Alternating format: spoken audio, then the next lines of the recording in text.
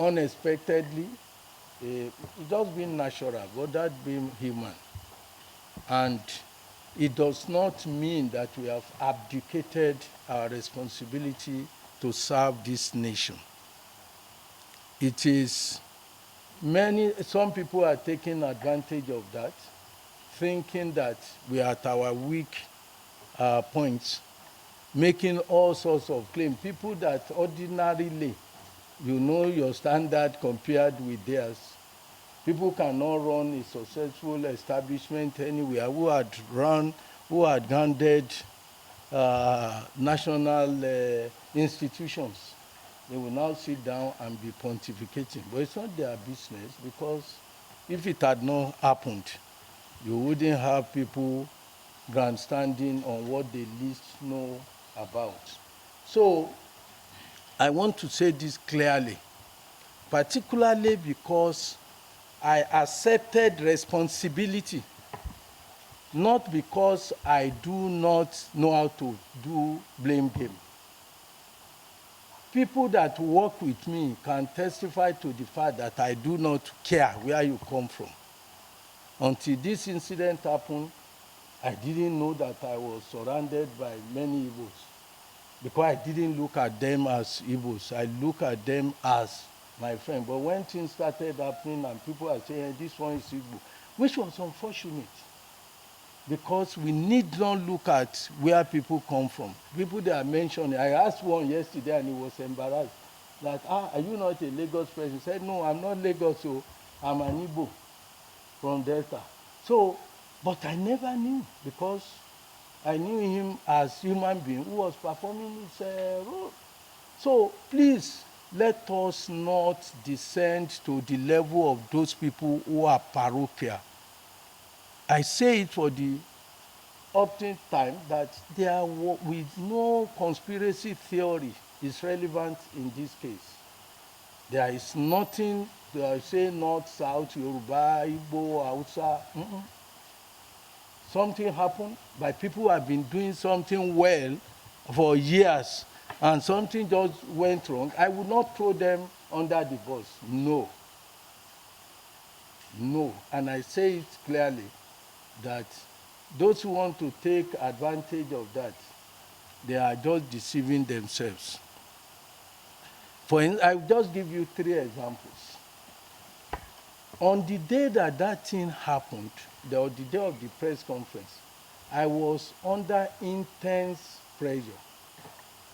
The unfortunate case of a lady who was said to have committed suicide was painful for any parent, any normal parent, that, oh, somebody had committed a suicide.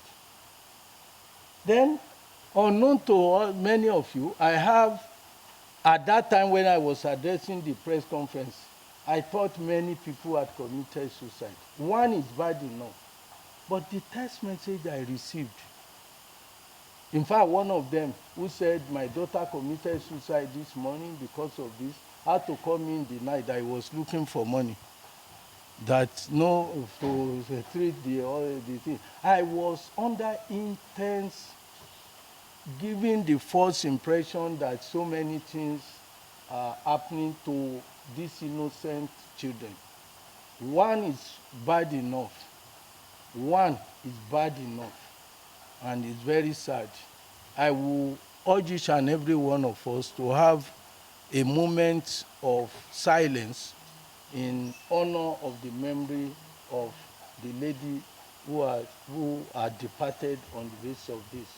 You see, people want to take undue advantage.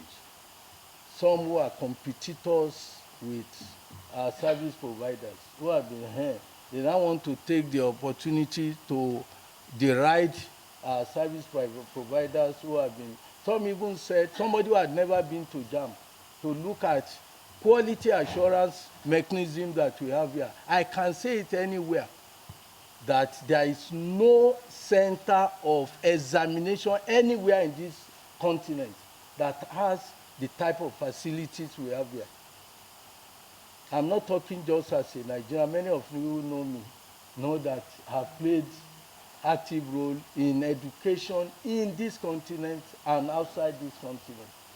I've been president of AAU. I've been on the board of almost all essential committees in the world that had to do with education assessment. How would somebody now, and if you are talking of even CBT, I started it at the University of Ilorin as vice chancellor. Even JAMB at that time had to come to understudy what we were doing. We are not strange to these things, but unfortunately, when things happen, some people want to take undue advantage. We will not allow it. Yes, we felt pained that what happened, but that does not mean that we do not know what we are doing. When this type of thing happens, there will be so many people, advisors, have chosen to own up, have chosen to take the responsibility because that's the right thing to do. It does not matter whether those who did it or this, whether they are Igbo or no Igbo. I don't want that type of trend at all, because nobody did it because of where he came from. They did what they did because it has to. I've seen some other trends saying, oh, it's an Igbo agenda. I didn't know them as Igbos. I know them as workers. And that remains forever. Because I don't want anybody to use this type of sad situation, to now create lack of harmony among the workforce who have been working without, you see many of them, since a week ago, they had not even left the office, working day and night. Then the nation must be appreciative of their contributions. I think generally, this is what I want to say, and to say that, look, as Nigerians, let us face the reality and stop pursuing the shadow. The shadow is what many of us are pursuing. Somebody comes from somewhere. Somebody practices one religion. If we do not face the problem squarely, we are likely to be consumed all by it. And this is not something that we should. Examination malpractice, for instance, is taking a new dimension. A new dimension with AI. That anybody, and it has federal character. It's not limited to this is the group that is doing it. We are deceiving ourselves. It has federal character across the country. What our experience has shown. Let us all face this menace and tackle it, rather than trading blames and spending our time on things that are more diversionary than what we should focus on. So I want to thank you and welcome one or two comments. Let me introduce the chairman. I don't know where you come from. I don't know where you come from. Professor Telebe, we have been together. This situation and the condition that we have just experienced in JAMB can happen anywhere in the world. And when you are dealing with technology, you don't work and expect that you will not get any pinch anywhere. Even if you go into history, those who built the Titanic boasted that it will never happen, but you know what happened.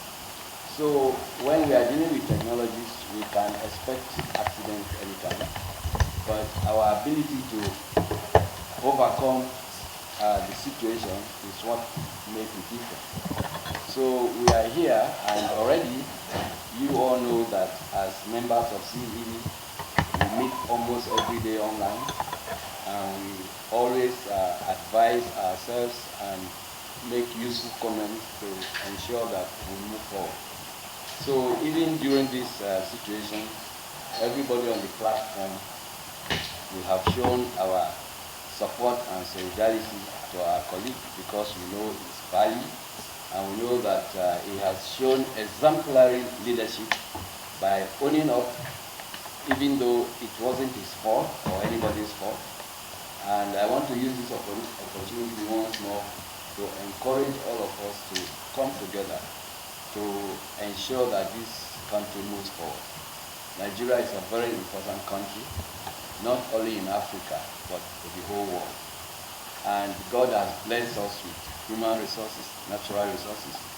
All we need to do is to make sure we come together and manage it well. And I am sure that all of you, if not all of you, 99.99% of you present here, we agree that we know the value of our registrar, and we know that he is equal to the task, and we trust his ability, and we trust the ability of everybody present here. So, like he has mentioned earlier, we are academics, and we don't take our actions based on comments that are coming from people who are not versatile with what we do. But as academics, we must show good leadership. As academics, we must show the right way. And whenever there is a challenge, it is our duty to ensure that we provide solutions. So, ladies and gentlemen, I want to thank you once more for responding to the short notice of this meeting. And I wish that all of us will make sincere contributions that will provide not only solutions to the present challenge, but even for unforeseen challenges that will come in the future. So thank you very much, and I wish us a very good. Why the hasty rescheduling? The interest of the students at heart, maybe out of lack of knowledge. Anybody who is aware of how education is arranged will know that once JAMB conducts its UTME late April, from May, WASC starts. And it goes on till, that's SSE for WAEC. And immediately, NECO starts till July. Immediately, NAPTEP follows. This same set of students are the ones taking all these examinations. So once you miss your time, it will be difficult. Someone is saying, why don't you do it in July, August? I think they will have known that there is problem. Maybe they are oblivious of what happens. If you do that, what of NDA? What of Police Academy? What of Air Force Center that are regimented? And they will continue with the admission. So and you deprive these people of admission because they do not have UTME. So we are conscious of our responsibility to this nation. When this happened, my first reaction is to resign and just say, but I thought people advised me that, look, the students will never forgive you because you will have abandoned at a time and everybody will say, oh, I will have been this. Even somebody that is not built to be anything would think I have contributed to his not being what he is. So I took up the responsibility. It was not easy at all to be able to brave such things and say, look, I would sit there and make sure. We were doing that because at that time, the only space that we had was the space that WAEC had agric science practical on Friday. And we felt that we can move in and then be able to get, we can't get that type of space until 2 months, and you will have permanently deprived these students of their chance in life. So we knew that if we continue to mourn and groan over what had happened and we allow that space to escape, we may not. And I thank the students, just as people said, because you have about 95% attendance of all the, of course, it's a very reasonable attendance. And we had also taken decision immediately that all those who miss that examination for whatever reason, the 5-point-something% that, or 6% that miss the examination, we will, during mop-up, you know, we normally do annual mop-up throughout the country for those for one reason or the other. So we will package them with the mop-up. And it is for that reason we have also decided that even those who missed the earlier initial exam, who are absent, we will extend this opportunity to them to also receive. So that it is not that we are doing something that is no. In the university, you have make-up examination when students are sick and they have one reason or the other. It's only we don't allow the abuse of it. So we will allow all the candidates who had one reason or the other not to be present in this and the previous main exam. We will allow that, and that will be done. Secondly, I must thank WAEC sincerely, Teachers Registration Council of Nigeria, NECO, ABU, and others who rallied around to make it possible. You know, like I said, WAEC has had agric science.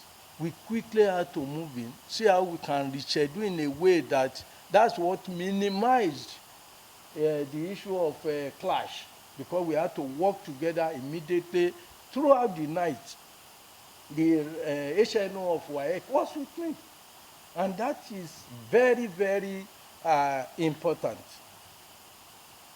The same thing with Teachers Registration Council of Nigeria. You know, they had their professional exam in the East. It was postponed. ABU had the distance learning examination. All of them, as you call on them, they were even there before me to say, look, we are ready. There was Beche for NECO. During that weekend, all these were put off. Why we are doing that, those who don't know what it entails, they keep on pontificating. Why will you know? Why hasty reschedule? They are using all types of language that they are not, they don't even know the meaning of some of the languages they are using.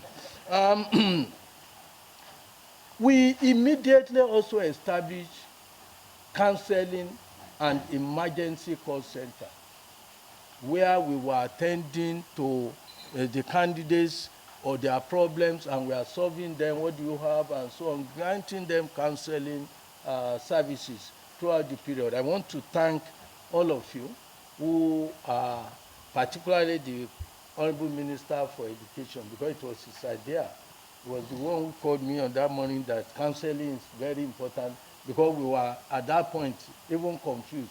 We were relying only on our ticketing, and he said, oh, ticketing is not enough. And fortunately, just 2 years ago, we procured the equipment for tests to voice to test, that we have those of you who are here last week, you'll see the type of very, very dynamic system we have, a service center.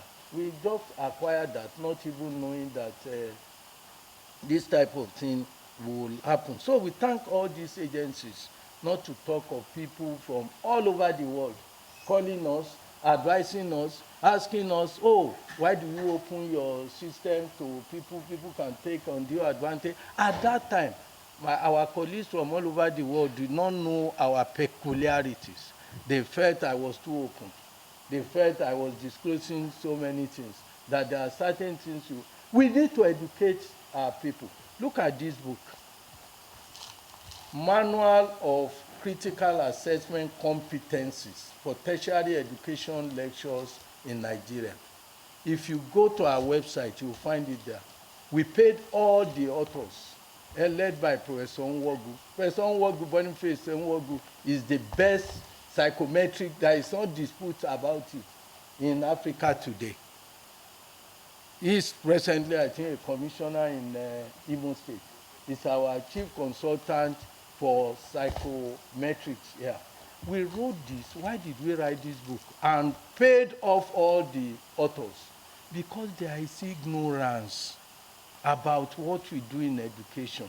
People who are supposed to not to even be serving tea where education is being discussed.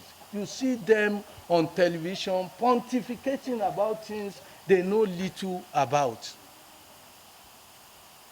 They know little about spreading ignorance. Many do not know the difference between achievement test and selection test, placement test. They will just be talking about things at times.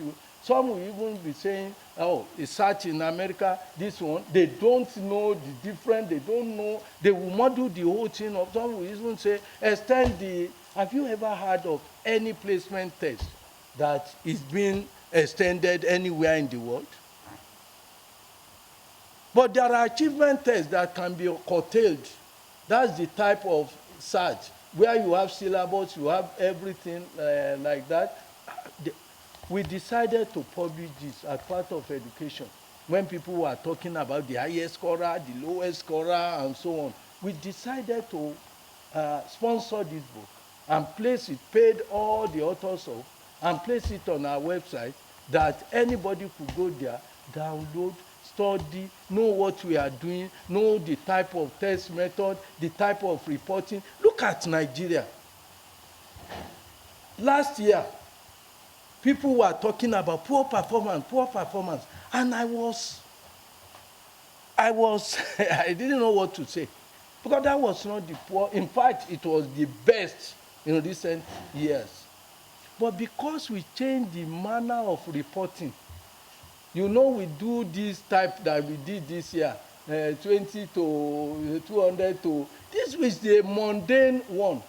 But the one we have been doing before was the one that will not be glaring, because that is not the purpose. The purpose of our examination is placement. It is not an achievement test. It is a quiz given to qualified candidates. It's not UTME that qualified students into university education. If a student does not score even 100 over 400, and is not able to get a place, and therefore deprived of education, the boy is not a failure, it's the parents who are the failure. Because if they had money, whether stolen or anything, they can send him to Ghana there. And he will, because he needed just 5 credits. We are signatory to Arusha Convention, which our leaders call Addis Ababa Convention now, that stipulate what is the entry qualification across the world. And it is 5 SSC. Those who conduct anything outside it still make 5 SSC the basic qualification. And I give people example. You have 10 children, and you want to travel to Lagos, and your car can only take 4. And you tell your children, I don't want to use age. I don't want to use state to determine you. I don't want to use who is your mother. I will give you a test. Anybody who passed that test, the first to pass the test will go with me. They say, who is the president of so-so country?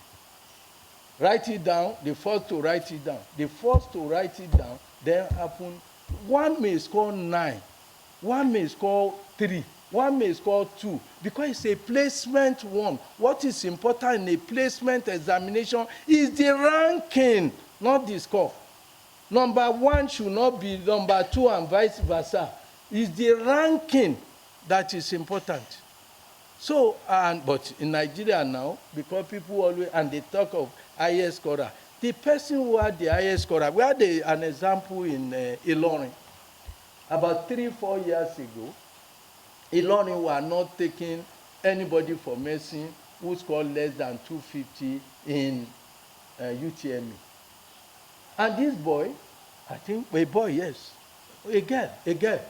This girl scored 240. So Unilorin said, no, you are off. You are out of the consideration. And the girls changed to physiology in order to be able to do their post-UTME.